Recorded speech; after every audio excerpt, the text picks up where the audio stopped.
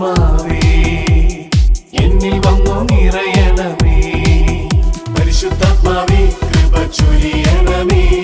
പരിശുദ്ധാത്മാവേ ശക്തി പകരണമേ. ഞാൻ ഈ ശുശ്രൂഷയുടെ ആരംഭത്തിൽ ചിലരുടെ സങ്കടങ്ങൾ നിങ്ങളോട് പറയാം. ചിലരുടെ സങ്കടങ്ങൾ നിങ്ങളോട് പറയാം. അതിലൊരു ചെറുപ്പക്കാരൻ അവൻ്റെ സങ്കടമാണ്. ഇവനിപ്പോൾ പള്ളിയിൽ പോകാറില്ല. ഇവൻ വീട്ടിൽ നിന്ന് തന്നെ പുറത്തിറങ്ങാൻ താല്പര്യമില്ല. വളരെ ഭാരപ്പെട്ട് വീടിൻ്റെ അകത്തിരിക്കുന്നു. ഞാനിവനെ അപ്രകാരം അവൻ്റെ ഇരിപ്പിൽ വിഷമിച്ച് അവൻ്റെ മാതാപിതാക്കൾ സംസാരിക്കണമെന്ന് പറഞ്ഞിട്ടാണ് അവനോട് സംസാരിക്കുന്നത്. അപ്പോൾ അവൻ്റെ സങ്കടമാണ് നമ്മുടെ വിഷയം. അവൻ്റെ സങ്കടം, അവൻ വിദേശത്ത് പോകാൻ വേണ്ടി ആഗ്രഹിച്ച് നാളുകളായി, 1-2 3-4 മാസങ്ങളായിട്ട് അവൻ അതിനു വേണ്ടിയിട്ടുള്ളൊരു പരിശ്രമത്തിൽ പരാജയപ്പെട്ടിട്ടില്ല. പക്ഷെ കാര്യം നടന്നിട്ടുമില്ല. അപ്പം അങ്ങനെ വിഷമിച്ച് അവൻ വീട്ടിലിരിക്കുകയാണ്. ഇപ്പം ഇവൻ പള്ളിയിൽ പോകാത്തതിൻ്റെ കാരണം, വീട്ടിൽ നിന്ന് പുറത്തിറങ്ങാത്തതിൻ്റെ കാരണം നാട്ടുകാരുടെ ചോദ്യമാണ്. ഒന്നും ആയില്ലേ? കുറേ നാളായില്ല നടക്കുന്നു, എപ്പോഴും ഇവിടെയൊക്കെ തന്നെ ഉണ്ടല്ലോ, ജോലിയൊന്നും ഇല്ലേ, പഠിച്ചിട്ടൊന്നും കിട്ടിയില്ലല്ലേ? ഈ ചെറുപ്പക്കാരൻ ഇങ്ങനെയുള്ള ചോദ്യം കേട്ട് ഇവൻ മടുത്തു. ഇവൻ വീട്ടിൽ തന്നെ ഇരിപ്പാണ്. അപ്പോൾ കഴിഞ്ഞ ദിവസം അവനോട് ഒരു ചായക്കടയിൽ ഇരുന്നൊരു ചേട്ടൻ, എന്നാൽ പിന്നെ ഇവൻ ചായ കുടിക്കാമെന്ന് ഓർത്തുകൊണ്ട് വീട്ടിൽ നിന്ന് ഫ്രഷ് ആകാൻ വേണ്ടി പുറത്തിറങ്ങിയപ്പോൾ ചായക്കടയിൽ ഇരുന്ന് ചേട്ടൻ ചോദിച്ചു, മോന് TVS-ലാണോ ജോലി? എവിടെയാണ് ജോലി? TVS. അപ്പോൾ ഇവൻ ചോദിച്ചു, TVS-ലോ? അതെ, മോനെ പലവട്ടം ഞങ്ങൾ കണ്ടിട്ടുണ്ടല്ലോ, TVS-ൽ ജോലി ഉണ്ടെന്ന് തോന്നുന്നു. അപ്പോൾ ഇവൻ ചോദിച്ചു, എനിക്ക് മനസ്സിലായില്ല ചേട്ടാ. TVS എന്ന് പറഞ്ഞാൽ T തെക്ക്, V വടക്ക് സർവീസ്, തെക്ക് വടക്ക് സർവീസ്. അല്ല മോനെ എപ്പോഴും ഇങ്ങനെ ഈ തെക്ക് വടക്ക് നടക്കുന്ന കാണുന്നുണ്ടല്ലോ, TVS-ലാണോ ജോലി? ഇവിടെ TVS-കാർ ഇരിപ്പുണ്ടാവും. അപ്പം ഇവൻ്റെ പ്രശ്നം എന്താണെന്നറിയോ? ഇവൻ്റെ പ്രശ്നം ഈ ചോദ്യം കേട്ട് മടുത്തു. ഇവൻ പറയും, എന്തൊരു നാട്ടുകാരാണ്, ഞാനൊരു ജോലിക്ക് വേണ്ടി ശ്രമിക്കുന്നു, പക്ഷെ ഒരു മര്യാദ വേണ്ടേ? പള്ളി പോയി കഴിഞ്ഞാൽ നാട്ടുകാർ ഉടനെ ചോദ്യം തുടങ്ങും. ചായക്കട പോയാൽ TVS-ലാണ് ജോലി എന്ന് തോന്നും. എന്ന് പറഞ്ഞു കഴിഞ്ഞാൽ ഒരു സ്വസ്ഥതയില്ല. ഇത് ഒരു ചെറുപ്പക്കാരൻ്റെ സങ്കടം. മറ്റൊരു പെൺകുട്ടിയുടെ സങ്കടം പറയാം. കല്യാണപ്രായമായി, പല കല്യാണങ്ങൾ ആലോചിച്ചു, ഒന്നും അങ്ങോട്ട് ശരിയായില്ല. ഇച്ചിരി വണ്ണമൊക്കെ ഉണ്ട് പെണ്ണിന്. ഈ പെൺകുട്ടി പറയൂ, അച്ഛാ എനിക്കൊരാളുടെ മുഖത്ത് നോക്കാൻ പോലും ഇഷ്ടമല്ല. കാരണം ആരോടെങ്കിലും പരിചയപ്പെട്ട് കഴിഞ്ഞാൽ അപ്പം ചോദ്യം, കല്യാണമൊന്നും ആയില്ലേ? കുറേ നാളായല്ലോ ഇങ്ങനെ നടക്കാൻ തുടങ്ങിയിട്ട്, ഒന്നും ആയില്ലല്ലേ? ഇനി വേറെ വല്ല ബന്ധങ്ങളുണ്ടോ?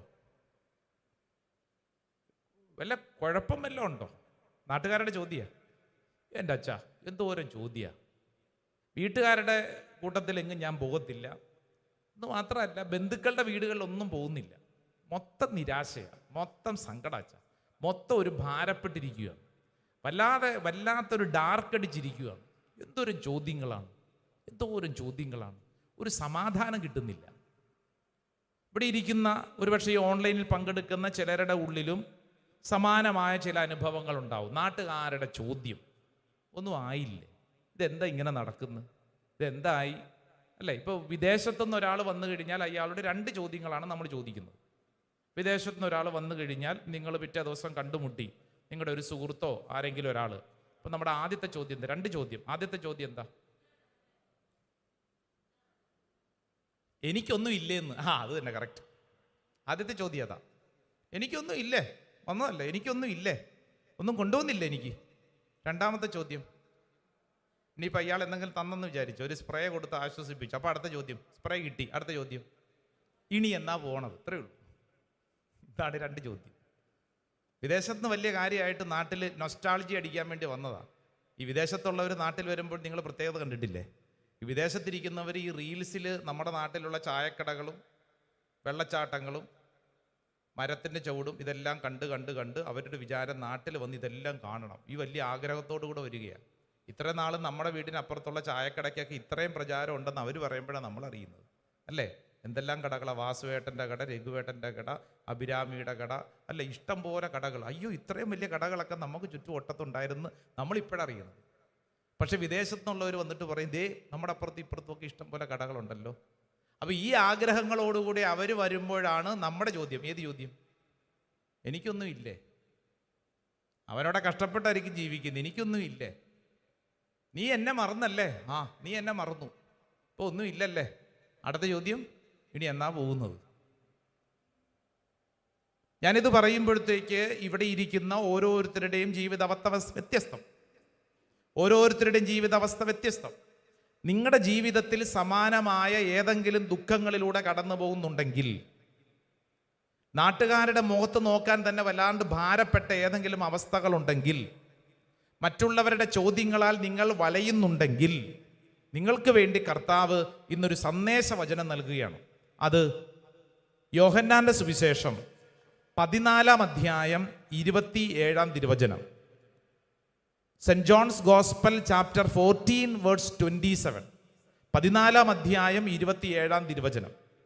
ഞാൻ നിങ്ങൾക്ക് സമാധാനം തന്നിട്ട് പോകുന്നു, എൻ്റെ സമാധാനം നിങ്ങൾക്ക് ഞാൻ നൽകുന്നു. ലോകം നൽകുന്നത് പോലെയല്ല ഞാൻ നൽകുന്നത്. നിങ്ങളുടെ ഹൃദയം അസ്വസ്ഥമാകേണ്ട, നിങ്ങൾ ഭയപ്പെടുകയും വേണ്ട. Praise the Lord. ഹല്ലേലൂയ. കേട്ടോ എന്താ പറഞ്ഞേ?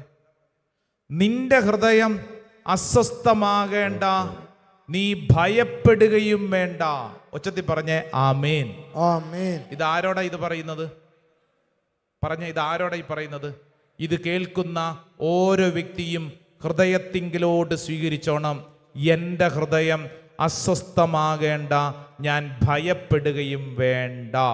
ആമേൻ, ആമേൻ, ആമേൻ. ഏതെങ്കിലും വിഷയത്തിൽ ഹൃദയത്തിൽ ഭാരം, നാട്ടുകാർ പറയുന്ന ചില കാര്യങ്ങൾ, വീട്ടുകാർ പറയുന്ന ചില കാര്യങ്ങൾ, ഭാവിയെക്കുറിച്ചുള്ള കാര്യം, ഇത് ഹൃദയത്തിൽ ഭാരമായി സ്വസ്ഥതയില്ല, വീടിനുള്ളിൽ തന്നെ അടച്ചുപൂട്ടിയിരിക്കുന്നവരൊക്കെ ഉണ്ട്. ശ്രദ്ധിച്ചോളൂ, നിന്നോടാണ് കർത്താവ് പറയുന്നത്.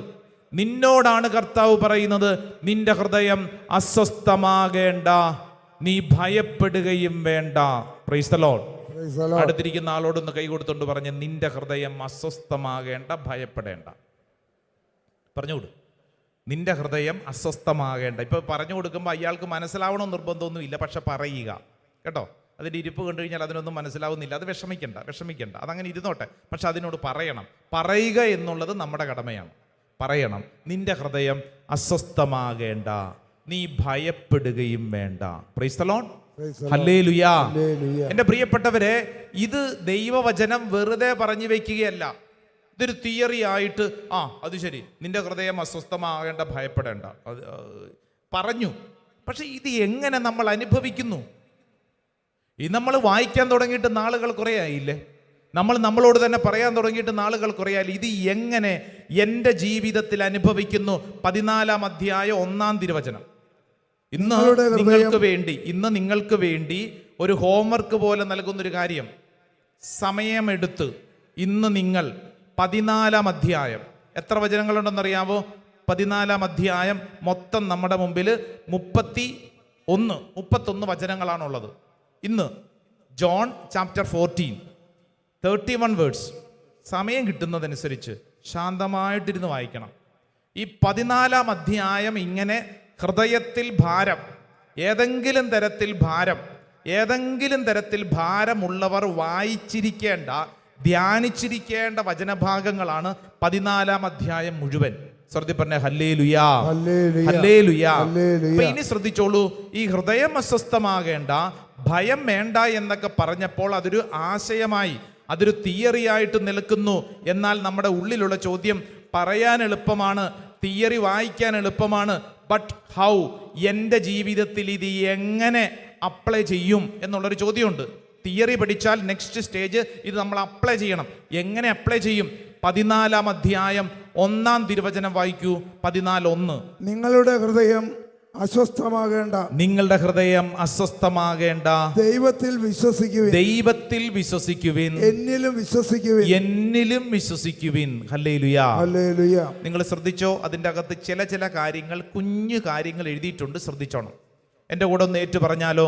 നിങ്ങളുടെ ഹൃദയം അസ്വസ്ഥമാകേണ്ട ദൈവത്തിൽ വിശ്വസിക്കുവിൻ, എന്നിലും വിശ്വസിക്കുവിൻ. ഹല്ലേലൂയാ, ഹല്ലേലൂയാ, ഹല്ലേലൂയാ. പ്രിയപ്പെട്ടവരെ, ദൈവത്തിൽ വിശ്വസിക്കുവിൻ എന്ന് പറഞ്ഞ് നിർത്തുകയല്ല, അതിനുശേഷം ഒരു കാര്യം കൂടെ എഴുതിയിട്ടുണ്ട്. അതെന്താണ്? എന്നിലും വിശ്വസിക്കുവിൻ എന്ന് പറഞ്ഞാൽ അതാരെയാ? യേശു എന്ന് പറയുന്ന ഒരു വ്യക്തി. ദൈവത്തിൽ വിശ്വാസമുണ്ടോ? നമ്മുടെയൊക്കെ വീട്ടിലുള്ളവർക്കൊക്കെ ദൈവവിശ്വാസമുണ്ട്. ദൈവം സർവശക്തനാണ്. ഒട്ടുമുക്കാലും ആളുകൾ വിശ്വസിക്കുന്ന ഒരു കാര്യമാണ്. ദൈവം സർവശക്തനാണ്, ദൈവം സകലത്തിൻ്റെയും സൃഷ്ടാവാണ്, ദൈവം എല്ലായിടത്തുമുണ്ട്. വിശ്വസിക്കുന്നവരാണ് നമ്മുടെ വീട്ടിലുള്ളവരും നമ്മളെല്ലാവരും തന്നെ. പക്ഷേ ഈ പറഞ്ഞ കാര്യം നമ്മൾ വിശ്വസിച്ചിട്ടും പ്രശ്നത്തിന് പരിഹാരം കിട്ടുന്നില്ലല്ലോ. ഞാൻ ഈ കഴിഞ്ഞ ദിവസം സംസാരിച്ചൊരു ചെറുപ്പക്കാരൻ, അവൻ 2-3 മാസം കൂടുമ്പോൾ വേളാങ്കണ്ണിക്ക് പോയിട്ട് പ്രാർത്ഥിക്കും. വേളാങ്കണ്ണി അവൻ ഇഷ്ടപ്പെട്ട സ്ഥലമാണ്. വേളാങ്കണ്ണി പോയി പ്രാർത്ഥിക്കും. ദൈവം സർവശക്തനാണെന്ന് അവൻ വിശ്വസിക്കുന്നു. ഇപ്പോഴത്തെ അവൻ്റെ അവസ്ഥ, അവൻ പള്ളിയിൽ പോകുന്നില്ല, കുർബാനയില്ല, കുടുംബ പ്രാർത്ഥനയില്ല, മൊത്തം താളം കെട്ടിക്കിടക്കുന്നു. കാരണമുണ്ട്. പക്ഷെ അവൻ വേളാങ്കണ്ണിക്ക് പോകുന്നു. അവനോട് ഞാൻ സംസാരിച്ചപ്പോൾ അവൻ പറഞ്ഞു, എനിക്ക് ദൈവത്തിൽ വിശ്വാസമുണ്ട്. അപ്പം ഞാൻ ചോദിച്ചു, പള്ളിയിൽ, ഇടവക പള്ളി, കുർബാന, പരിശുദ്ധ കുർബാന, കുംഭസാരം, അതൊന്നുമില്ല. പക്ഷെ എവിടെ പോകുന്നു? വേളാങ്കണ്ണിക്ക് പോകുന്നു. സംസാരിച്ചു വന്നപ്പോഴത്തേക്ക് അവൻ പറഞ്ഞ കാര്യം, അച്ചോ, എൻ്റെ ജീവിതം എല്ലാം താളം തെറ്റിയൊരവസ്ഥയിലാണ്. ഒത്തിരി സ്വപ്നങ്ങളോടുകൂടെ കല്യാണം കഴിച്ചു, പക്ഷേ അത് തകർന്ന് തരിപ്പണമായി. അപ്പം ഞാൻ അവനോട് സംസാരിച്ച അവസരത്തിൽ ഞാൻ ചോദിച്ചു, ഇനി മറ്റൊരു ജീവിതത്തെക്കുറിച്ചൊക്കെ ചിന്തിക്കുന്നുണ്ടോ എന്ന് ചോദിച്ചപ്പോൾ അവൻ പറഞ്ഞു, ഇല്ല എൻ്റെ അച്ഛാ, ഇല്ല. ഇനി എനിക്കൊരു ഒരു സ്ത്രീയെ വിശ്വസിക്കാൻ പറ്റില്ല. കാരണം എൻ്റെ അനുഭവം ഇതാണ്. എൻ്റെ അനുഭവത്തിൽ ഞാൻ വിശ്വസിച്ച ഒത്തിരി സ്വപ്നങ്ങളോടുകൂടെ പ്രവേശിച്ച എൻ്റെ വിവാഹ ജീവിതത്തിൽ എന്നെ അവൾ പറ്റിച്ചു. ഇപ്പം എൻ്റെ പ്രശ്നം അച്ഛാ, ഒരു സ്ത്രീയെ കണ്ടു കഴിഞ്ഞാൽ എൻ്റെ മുഖത്ത് ആ പെണ്ണ് സ്ത്രീ എന്ന് പറഞ്ഞു കഴിഞ്ഞാൽ ചതി എന്നാണ് അർത്ഥം. അതുകൊണ്ട് എനിക്കൊരാളെ വിശ്വസിക്കാൻ പറ്റുന്നില്ല. ഞാൻ വല്ലാണ്ട് തകർന്ന് തരിപ്പണമായിട്ടിരിക്കുകയാണ്. ഈ ദൈവം എന്നത് യാഥാർത്ഥ്യമാണെങ്കിൽ എന്തുകൊണ്ട് എൻ്റെ ജീവിതത്തിൽ ഇങ്ങനെ പ്രശ്നങ്ങൾ? അച്ഛാ, ഞാൻ പള്ളിയിലൊക്കെ പോയിക്കൊണ്ടിരുന്നവനാ. ഇപ്പം ഞാൻ പള്ളിയിൽ പോകുന്നില്ല, ഞായറാഴ്ച ഒന്നും പോകുന്നില്ല, വീട്ടിൽ അതിൻ്റെ പ്രശ്നങ്ങളൊക്കെ ഉണ്ട്. പക്ഷെ ഞാൻ പള്ളിയിലൊന്നും പോകാൻ ഉദ്ദേശിക്കുന്നില്ല. കാരണം ദൈവമുണ്ടെന്ന് പറയുന്നു, ഹൃദയം അസ്വസ്ഥമാകേണ്ടെന്ന് പറയുന്നു. പക്ഷെ എൻ്റെ ജീവിതത്തിൽ പ്രായോഗികമായിട്ട് ഞാൻ അനുഭവിക്കുന്നത് ഇതാണ്. ഈ തകർച്ചയാണ്, ദുഃഖമാണ്. ദൈവമുണ്ടെങ്കിൽ എന്തുകൊണ്ട് എൻ്റെ ജീവിതത്തിൽ ഇങ്ങനെ? ചോദ്യം ഇതാണ്. അപ്പൊ വചനം നമ്മുടെ മുമ്പിൽ എന്താ പറയുന്നത്? നിങ്ങൾ ഹൃദയം അസ്വസ്ഥമാകേണ്ട, ദൈവത്തിൽ വിശ്വസിക്കുവിൻ. അത് കഴിഞ്ഞിട്ടുള്ള വാക്കെന്താ? എന്നിലും വിശ്വസിക്കുവിൻ. ഇവിടെയാണ് നമ്മൾ ശ്രദ്ധിക്കേണ്ട ഒരു കാര്യം. യേശുക്രിസ്തു എന്ന് പറയുന്ന ദൈവത്തിൽ വിശ്വസിക്കുമ്പോൾ നിന്നിൽ സംഭവിക്കുന്ന ചില കാര്യങ്ങളുണ്ട്. യേശുക്രിസ്തു എന്ന് പറയുന്ന ഒരു വ്യക്തി നൽകുന്ന ചില കാര്യങ്ങളുണ്ട്. അത് അതുക്കും മേലാണ്. ദൈവമുണ്ട്, സർവശക്തൻ, സകലത്തിൻ്റെയും സൃഷ്ടാവ് എന്ന് വെറുതെ പരത്തി പറയുന്നതല്ല, മറിച്ച് ഒരു വ്യക്തി നിന്റെ മുമ്പിൽ നിൽക്കുവാണ്. ആരാണ് ആ വ്യക്തി? യേശു. നിന്റെ മുമ്പിൽ ഈ പറഞ്ഞ യാഥാർത്ഥ്യമായിട്ട് നിന്റെ മുമ്പിൽ ഒരു വ്യക്തിയാണ് നിൽക്കുന്നത്. ആ വ്യക്തിയുടെ പേരാണ് യേശു. ഈ യേശുവിനോട് നീ ബന്ധം സ്ഥാപിക്കുന്നതനുസരിച്ച് നിന്റെ പ്രതിസന്ധികൾക്ക് ഉത്തരം കിട്ടുമെന്ന് നിങ്ങൾ ശ്രദ്ധിച്ച് പഠിക്കണം. അല്ലാതെ ദൈവം ഉണ്ടെന്ന് മാത്രം പറഞ്ഞാൽ പോരാ, മറിച്ച് ആ ദൈവമുണ്ടെന്ന് നീ മനസ്സിലാക്കേണ്ട യാഥാർത്ഥ്യം എന്ന് പറയുന്ന പുതിയ നിയമത്തിൽ നമ്മുടെ മുമ്പിൽ വചനത്തിലൂടെ നൽകപ്പെട്ട യേശു എന്ന് പറയുന്ന ഒരു വ്യക്തി, ഹീസ് എ പേഴ്സൺ.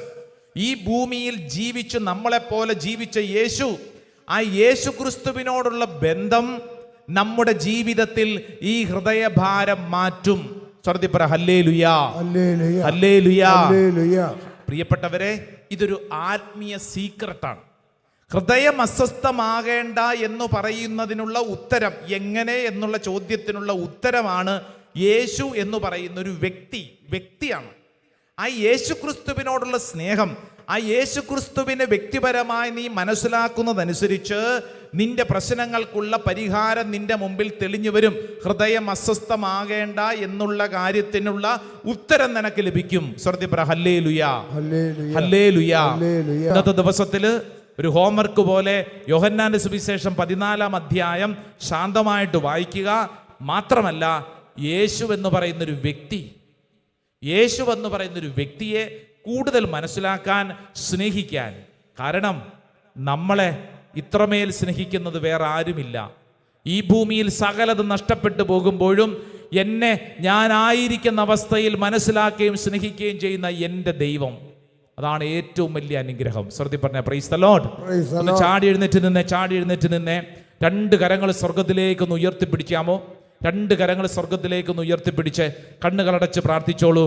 നിങ്ങളുടെ ഹൃദയത്തിൻ്റെ ഭാരം അതെന്തു തന്നെയാണെങ്കിലും കരങ്ങൾ ഉയർത്തിപ്പിടിച്ച്, ദൈവമേ, ഈ അൾത്താരയിലേക്ക് സമർപ്പിക്കുന്നു. ഒരുപക്ഷെ നിങ്ങളുടെ ജീവിതത്തിൽ നിങ്ങളുടെ സൽപ്പേര് നഷ്ടപ്പെട്ടു. നിങ്ങളെക്കുറിച്ച് ആരെങ്കിലും ഇല്ലാക്കഥകൾ പറഞ്ഞു, നിങ്ങളെ വിഷമിപ്പിച്ചു.